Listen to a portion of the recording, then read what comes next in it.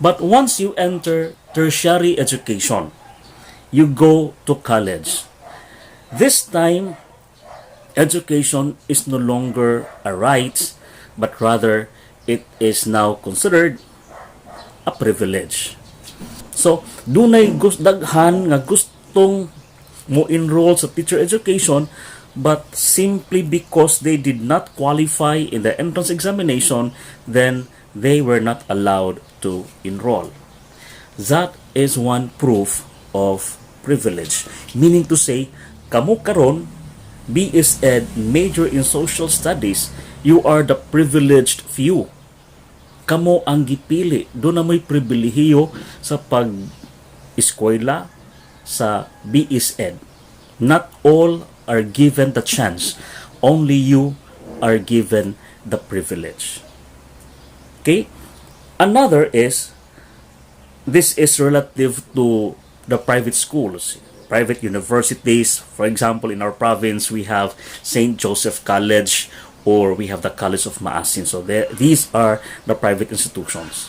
So in their cases, privilege can be seen through the tuition, because comparing the tuition of the state university and the private colleges, we can see that SJC and CM are more expensive compared to Southern Leyte State University. No?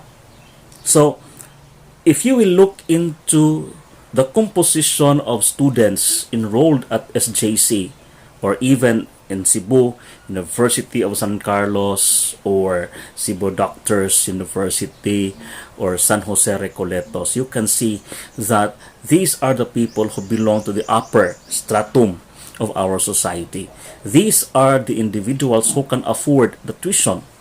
Especially, maghisgot ka og Ateneo de Manila University or de La Salle University. These are the schools for the elites. Okay? Eskwelahan para sa mga dato. So the more nga the ordinary persons who cannot afford the tuition cannot have access to these institutions. Okay? So, balik ta, it is a privilege because only those who can afford the tuition can study in these schools. But for those who do not have any financial capacity, then they have no choice. No? Kung atong tan-awon, kung inyong tan-awon ang inyong mga classmates, no? Since grade 1, imong makitaan, pila na lamang mo karon kabuok nga nagpadadyon sa college. Gamay na lamang, no? Starting in grade 1, pag-abot sa grade 6, nakuhaan na siguro mo og 2. Pag-abot sa high school, natangtangan mo og 5. Pag-abot sa senior high school, natanggalan mo og siguro 50%. And now, sa inyong batch, sa imong klase sa grade 1, siguro 3 na lamang mo kabuok o 5 na lamang mo kabuok na nagpadadyon sa pag-eskwela. So, you are the privileged few. So, in the context of education, tertiary education is a privilege. No? It is something that cannot be enjoyed by everybody, but only a few.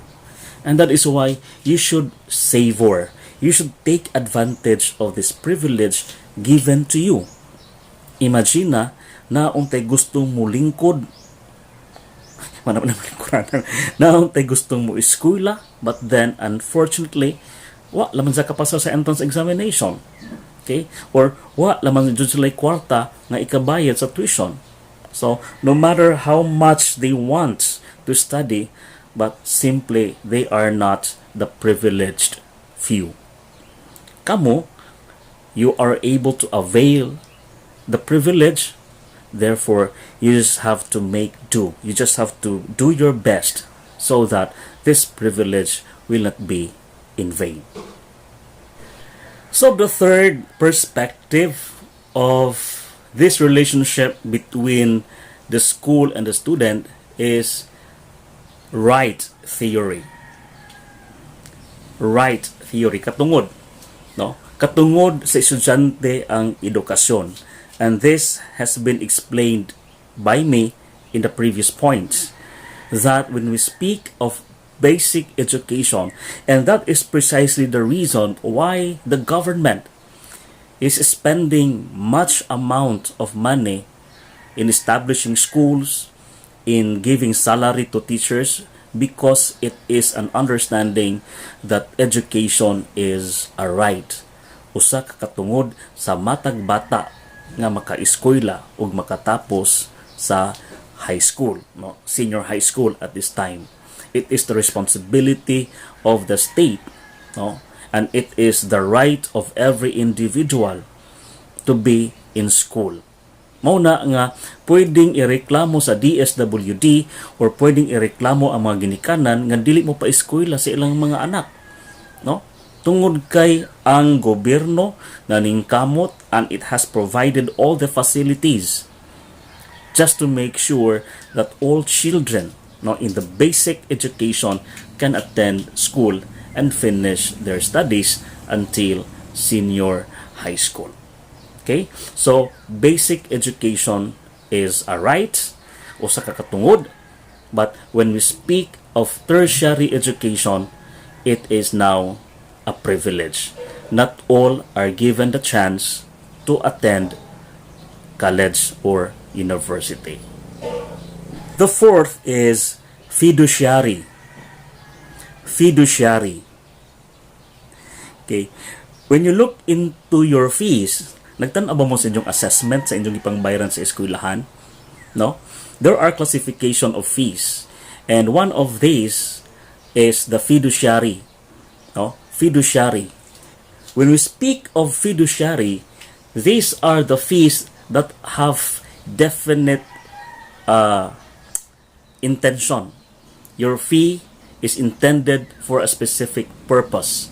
For example, you have your dental fee. So, dental fee is fiduciary because it is intended for your dental care.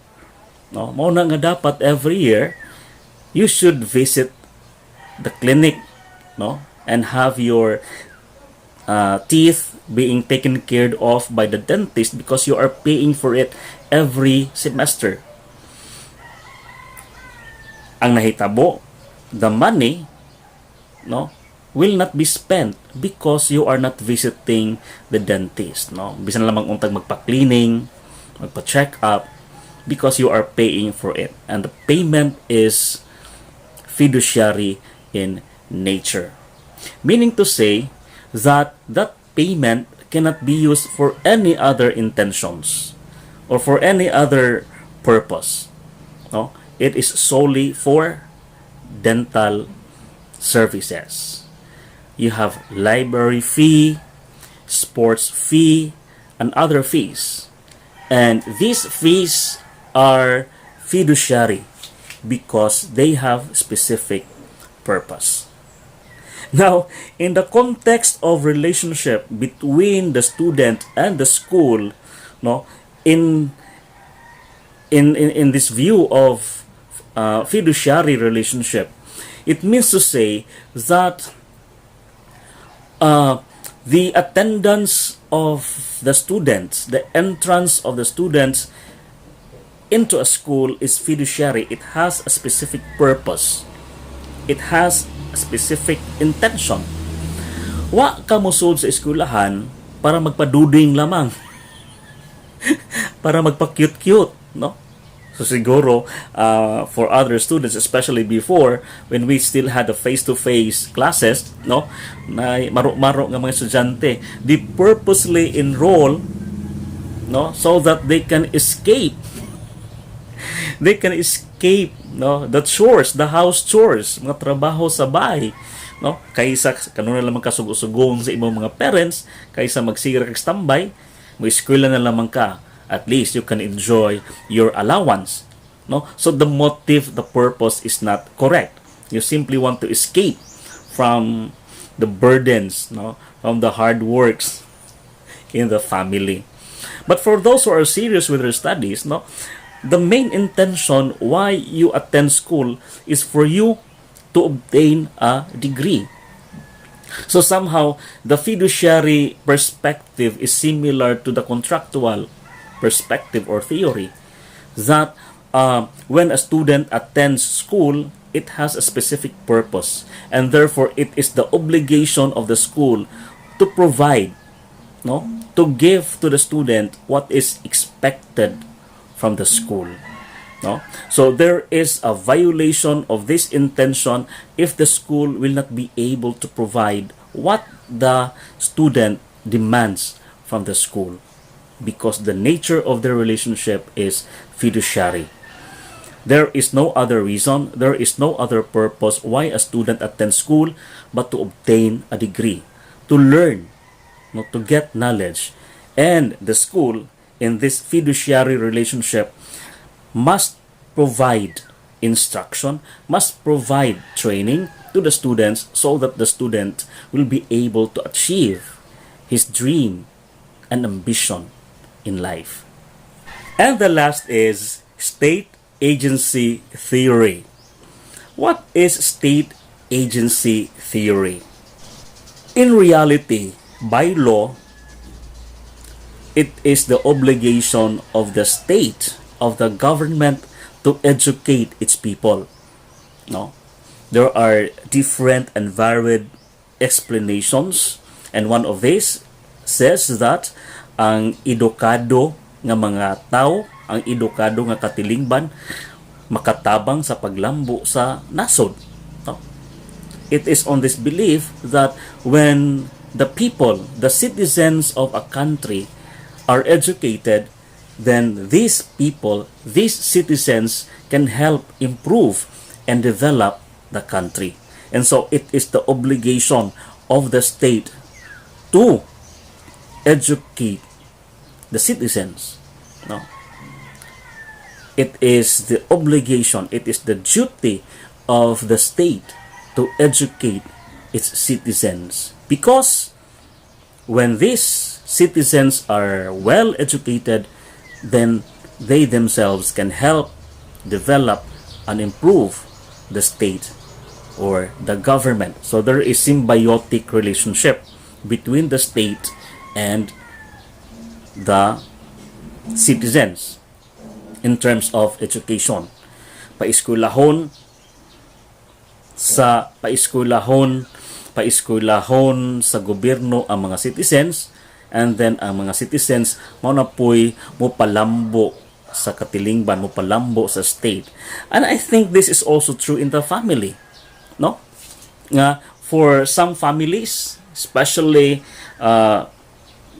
dunay mga anak, the parents must invest for the education of their children.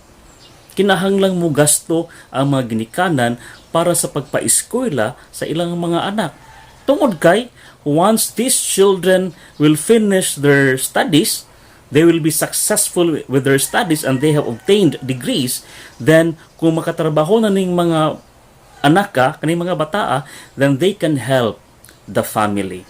Okay? So kinahanglang mo gasto sa mga ginikanan so that in the end, eventually, kining mga bataa mo na po'y motabang sa pamilya. And it is just very unfortunate, no? Nga dunay mga instances nga bisan sa pagpagaho sa mga ginikanan, no? They have sacrificed themselves.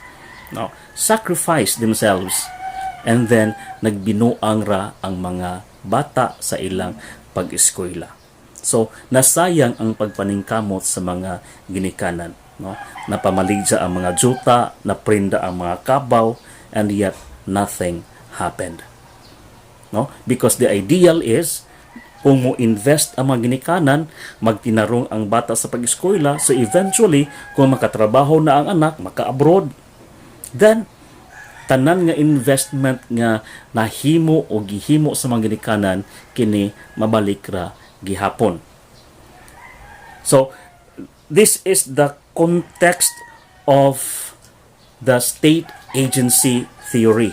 Nga ang gobyerno, ang estado, kinahanglang ijang paeskwelahon ang ijang mga citizens para, in the end, eventually, kini nga mga citizens maoy makatabang pagpalambo, pagpalig-on, pagpadato sa atong nasod, sa atong katilingban.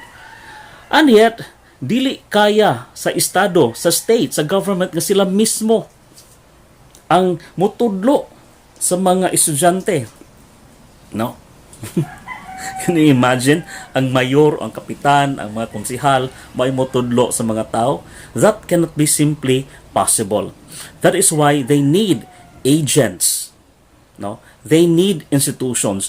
And this is why the schools, no, kini mga eskwelahan sa atong nasod, these are the agents, no, the agency, the agents, the instruments, no, that are used by the state, by the government, so that the government or the state will be able to comply, to accomplish, to carry out its obligation towards the citizens.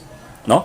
So, ang mga eskwelahan mao ni gigamit sa gobyerno, mao ni gigamit sa estado nga instrumento para matuman sa gobyerno ang iyang obligasyon pagpa-eskwela, pag-edukar sa iyang mga citizens.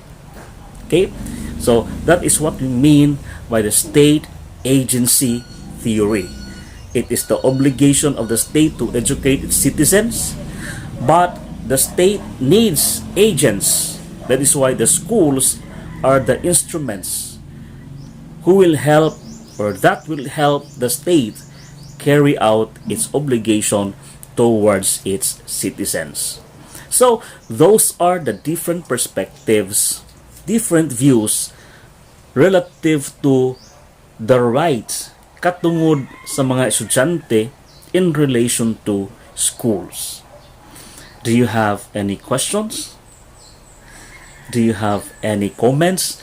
Well, anyway, I will be giving activities that will be posted in our Google Classroom relative to the lecture this morning. Thank you for listening.